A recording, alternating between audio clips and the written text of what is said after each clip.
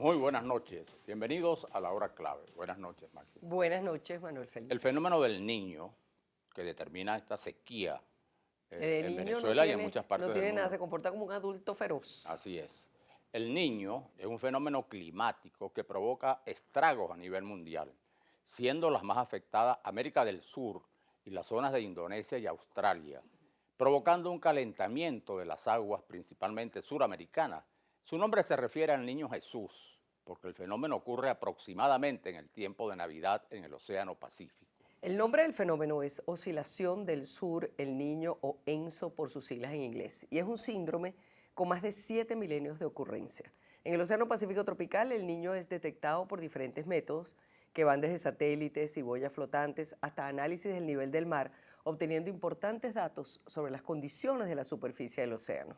La temperatura fría se presenta en América del Sur porque suben las aguas profundas y producen un agua rica de nutrientes que mantiene el ecosistema marino. En condiciones no niño, las zonas húmedas y lluviosas se localizan al sureste asiático, mientras que en América del Sur es relativamente seco. El cambio durante el fenómeno del Niño, los vientos alisios se debilitan o dejan de soplar, la máxima temperatura marina se desplaza hacia la corriente del Perú, que es relativamente fría, y la mínima temperatura marina se desplaza hacia el sureste asiático.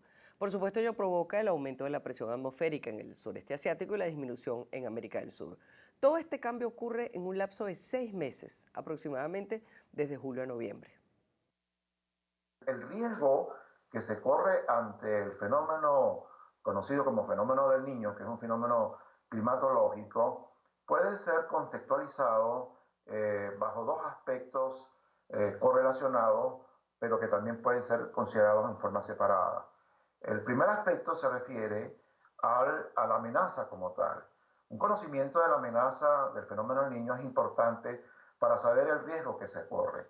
Entre los aspectos que se estudian en la amenaza está la recurrencia del fenómeno, cada cuánto tiempo se presenta, con qué intensidad se presenta, cuáles son las causas del fenómeno, etcétera, etcétera, etcétera. Este aspecto del fenómeno del niño constituye pues su amenaza y es parte y forma parte del estudio que se hace del fenómeno como tal desde el punto de vista climatológico. Ahora bien, el otro aspecto que se refiere es a la vulnerabilidad que nosotros presentemos frente a la amenaza de un fenómeno como esto. Y esa vulnerabilidad ya prácticamente depende, es de nosotros, no propiamente del fenómeno. Entonces podemos decir que el riesgo se puede escribir como igual a la amenaza multiplicado por la vulnerabilidad. Ahora bien, el término de la vulnerabilidad, los expertos también lo desglosan o lo especifican considerando los impactos que tiene el fenómeno y de la adaptación y mitigación que nosotros hagamos. Vamos a suponer, por ejemplo, que el fenómeno del Niño no cambie de intensidad, siempre venga puntualmente la fecha tal, el día tal, a la hora tal. Dejémoslos quietos.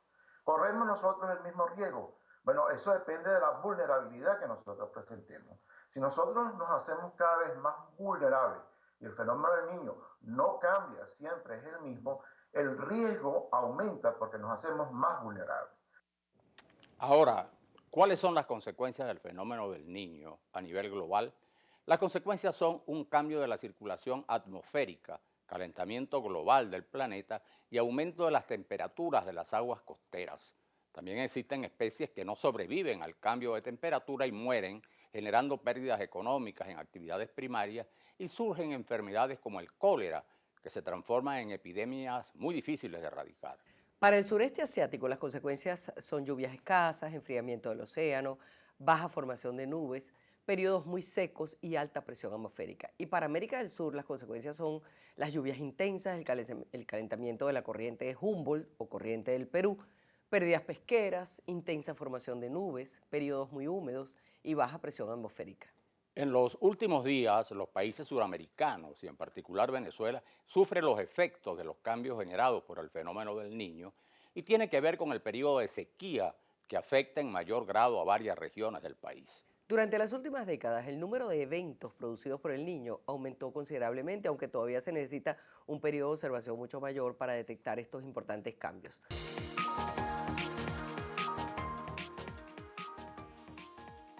Mi pregunta sería, ¿Venezuela está preparada para enfrentar las consecuencias del fenómeno del niño? Yo me pregunto cómo podemos, si estamos preparados o cómo podríamos combatir el fenómeno del niño. Mi pregunta está relacionada a cuáles son las causas que ocasionan el fenómeno del niño.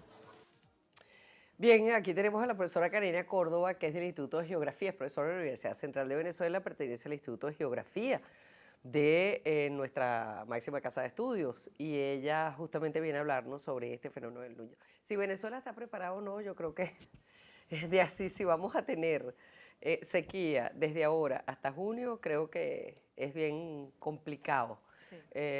No solo, se puede prever, obviamente, pero la verdad es que la cosa como que pinta bien fuerte. Vamos de todas maneras a preguntarle inicialmente cómo es que este fenómeno va a impactar en nuestro país. Ella tiene aquí una serie de láminas que vamos a ir viendo, pero quisiéramos comenzar por allí. Sí, el fenómeno del niño, como todos lo saben, es una oscilación que se presenta en el Pacífico ecuatorial y que la fase cálida, que es lo que nos está afectando ahorita, tiende a producir en muchas regiones del globo sequías. En algunas partes causa lluvias extremas. En el caso de Venezuela, desde el primer evento del año 97-98 se sabe que nuestro país produce un déficit hídrico, es decir, aumenta, es decir, no llueve lo que debería llover durante la temporada de lluvias y por lo tanto eso compromete mucho las reservas hídricas. Ese es básicamente el problema fundamental que nos causa. ¿Okay?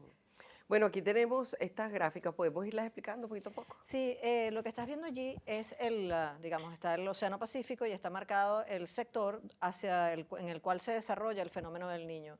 La región allí que está resaltada, la región 3+4, es la región donde se toman la mayor cantidad de mediciones del evento y las zonas en rojo que ustedes ven allí son las zonas de altas temperaturas. Como ven, se extiende más o menos desde los 10 grados, de los 20 grados latitud norte, 20 grados latitud sur, a lo largo de toda esa banda ecuatorial se extiende ese fenómeno. Ok, vamos con la segunda. Aquí tenemos Allí están un diagramadas gráfico, las sí. zonas donde se produce el evento del niño y esto se hace para fines operativos porque hay muchas agencias ambientales globales climáticas como la NOAA, el AIRI, es decir, que están constantemente monitoreando el evento con buques oceanográficos, satélites y sondas atmosféricas y oceánicas y se dividen las responsabilidades por áreas. Cada una de esas áreas tiene distintos proyectos. ¿Okay? Y hay también agencias globales de Nueva Zelanda, de Australia y de Reino Unido que trabajan en cooperación. Ok, entonces aquí tenemos nuestro tercer, vamos a ir rapidito porque claro, Esos queremos son verlos todos, pero Indicadores. Todas estas agencias globales producen indicadores que lo que miden es la variabilidad. Eso para lo que te ayuda es para determinar la intensidad del fenómeno del niño. Por eso es que en este momento existe muchísima información, tanto en la web como en esas agencias ambientales, como para saber, como para acompañar la evolución del fenómeno. o sea que son fenómenos perfectamente predecibles. Perfectamente predecibles. Fíjate que aquí tenemos una gráfica que muestra los periodos de retorno de los grandes eventos, de los grandes mega del niño, cómo se podría considerar este del 2015-2016. Los primeros picos que están resaltados allí es 1982, luego tienes el evento del 97-98 y a continuación el último que ves que llega mucho más alto es el evento de 2015-2016. Sí, que ha sido, aquí tenemos Impresionantemente fuerte. Sí. Esta es una imagen del proyecto Topex Poseidón del Laboratorio de Propulsión a Chorro, que con imágenes satélites monitorea constantemente las variaciones del nivel del mar. Cuando el agua se calienta, pues se expande, se dilata y aumenta el nivel del mar y eso es lo que ve el satélite. Entonces allí tienes una comparación entre el fenómeno del 97-98 y el 2015-2016. Date cuenta que la extensión del evento en 2015-2016 es mucho mayor, Claro que sí. muchísimo más intenso que el mega el niño del 97-98. Así es, aquí Estas son curvas que muestran la evolución del fenómeno del niño en eventos pasados. Allí lo que muestra, allí no está completo, el año 2015 mostraba cómo se iba montando ya la curva del 2015 por encima del 97-98 y ya prefiguraba que iba a ser un evento de altísima intensidad. que iba a ser grave Sí, la cosa. que iba a ser grave. Sí. Fíjate que aquí ya está la curva completa, el fondo no ayuda mucho, pero la imagen, la curva anaranjadita es la del evento 97-98 y la curva morada que se le monta por encima Sí. y lo sobrepasa es la del evento del 2015-2016. Quiere decir que este evento es muchísimo más intenso que el del 97-98. Wow, estas imágenes son realmente para asustarse. Sí. Esto es el monitoreo global del planeta desde enero del 2015, abril, mayo, o sea, lo ven completo. La mancha más oscura es la evolución del fenómeno del Niño. Si ustedes se dan cuenta, el fenómeno comenzó a intensificarse en junio, julio, agosto, septiembre, es decir, lo que corresponde a la temporada de lluvia. La que llamas más oscura es la que está en rojo. Es la que está en rojito, como marrón, sí, porque está una azul y está otra en marrón. El calentamiento es la zona marrón. ¿Qué Aquí, quiere decir eso? Estas son zonas, las Eso zonas es- que son secas y las... Es una sinopsis de cómo el Niño globalmente afecta al planeta, ¿no? Hay regiones donde llueve más y hay regiones donde se intensifica la sequía, es decir, llueve menos de lo esperado. Y ven cómo estamos nosotros marcados, la cuenca del Caribe y el norte de América del Sur, toda la parte de Sudamérica, la parte norte, está afectada por sequía. Aquí hay uno que es impresionante porque se ve claramente, había una de los Hay donde dos- se ve América del Sur y nos vemos nosotros en las Sí, zonas más secas. ¿no? exactamente. Ahí es otro gráfico, más o menos explica lo mismo, explica cuál es la dinámica, cuáles van a ser las zonas que se van a afectar por mayor sequía y menos lluvia. Esto es del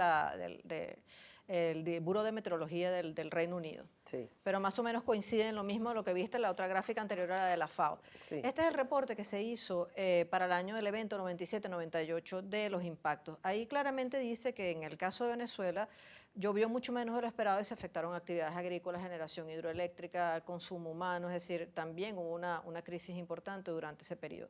Es decir, que ya habían lecciones que debíamos haber aprendido Ujú. de ese evento anterior. Así es. Y tomar previsiones, pues. Fíjate Sí. esto. Esta es una de las láminas más preocupantes. Sí, Este es señor. el Instituto para el Estudio del Clima y la Sociedad. Como ustedes ven, estas son instituciones que monitorean constantemente esos indicadores que les mostré y producen este tipo de previsiones, ¿no? De pronósticos. Las barras rojas que ven allí es el tiempo que se va a mantener el fenómeno del Niño con una intensidad muy fuerte. Ahí ven enero, febrero, marzo, abril, mayo, junio. Hasta junio se Eso va que a te digo, mantener. hasta junio esto es grave. Hasta el mes de junio se va a mantener el evento del Niño con una alta intensidad y apenas junio, julio comienza a caer un poco la intensidad del evento y comienza como el sistema a tratar de buscar su normalidad, su resiliencia, ¿no? Sí, oye, de verdad que es una cosa increíble esto, ¿no? Sí, esto es el mismo instituto que produce unos mapas que ilustran cuáles van a ser las zonas con el déficit más agudo. Allí se ve claramente, en la parte norte de América Latina se ve afectada muchísimo por una fuerte sequía y si lo ves en la lámina que sigue, Sí. es el zoom sobre la parte de Sudamérica, vean, el déficit es de más de 45% de lluvia. Qué bárbaro. Que se esperan menos del 45% Y eso tiene unas implicaciones gravísimas. de la buena gravísimas manera, el para el manejo impacto. de las reservas Nos hídricas, queda, precisamente. vamos a ver esta, nos queda un solo minutico. Esas son vamos a- otras instituciones, Ok. eso es el CIFEN, el Centro para el Estudio Ok, del ahora, Fenómeno del hay Niño. maneras de, tú hablabas, este minutico que nos queda, tú Sí. hablabas de que había lecciones que debimos haber aprendido. Sí, capacidad Vamos a técnica cerrar con eso. Capacidad técnica lo hay. Digamos, en Venezuela, a raíz del fenómeno del 97-98, equipos técnicos de muy alta calificación, por ejemplo, en el INAMED, han estado estudiando y siguiendo la evolución del fenómeno del Niño. Aquí lo que se debe hacer es coordinar entre las instituciones que generan la información básica, los boletines de alerta, y las hidrológicas, por ejemplo, y las instituciones que manejan las reservas hídricas, entiéndase las hidrológicas y los generadores de hidroelectricidad. Tienen que ser acciones coordinadas y el monitoreo tiene que ser permanente, porque el fenómeno del Niño, él puede evolucionar de repente hacia una alta intensidad o de repente se puede disipar, entonces hay que estar constantemente monitoreando y eso coordinando. Es como de perogrullo, eso es Sí, como el ABC. Eso es como el ABC, eso es la primera cosa. Después, bueno, obviamente, si yo tengo que manejar, o sea, si tengo reservas hídricas que vienen con un déficit porque no se recuperaron desde el año anterior, o sea, no llovió lo suficiente, yo tengo los embalses en un nivel crítico y no se pudieron recuperar y estoy entrando en la etapa de sequía con ese déficit, es evidente que yo tengo que comenzar desde temprano a manejar con mucha precaución y con mucha cautela mis reservas hídricas. Así es.